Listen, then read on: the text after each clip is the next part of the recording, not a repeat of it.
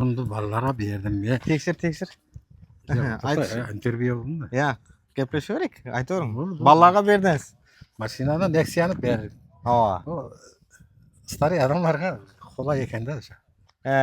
O'zini saydingiz xudo O'zimiz xolasa. saydaymiz, ma'raka millisimiz, bozor. Instagramda ko'rasizmi, YouTube'da ko'rasizmi bizlarda? Shu hammasini bilmayman, ko'rayman. Siz bilan uchrashtirimiz rahmat. Yani uzağınız yakın oldu mu ahir mağınıza Rahmat. Köngül to'ldi mu? Çok Çotki mi? Zor bo'ldi. Keling onda. Davonim bor. Keling.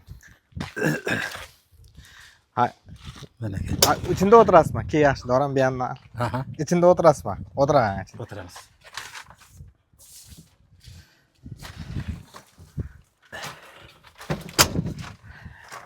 Ağalar, Jayhun Motors'un skladından yana siz bilan to'g'ridan to'g'ri gaplashamiz. Kimga skladdan to'g'ridan to'g'ri motosikletlar kerak bo'lsa, pastda telefon nomeri qoldiramiz. Hozir ağamızning o'z fikrlarini eshitamiz. Ağamiz Qo'ng'ratdan, Qo'ng'ratdan.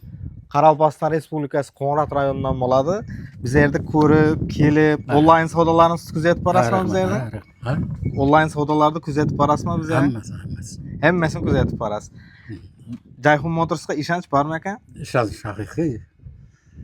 Xizmatlar bitiradi ekanda. Bitiradi. İşiniz tushsa, ko'nglingizdagidek qilib, zakonli qilib yetkazib beraman ekan. Rahmat.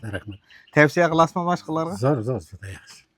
Ağalar, kuzatishda davom eting. Xudo xolasa navbatdagi savdomiz elektrolabo bo'ldi. Sizga ham elektrolabolar kerak bo'lsa, quyidagi telefon nomerlariga qiling. Albatta siz uchun ham bitta elektrolabomiz bor. Sog'lom bo'ling. Alloh taolo ishlaringizga baraka bersin.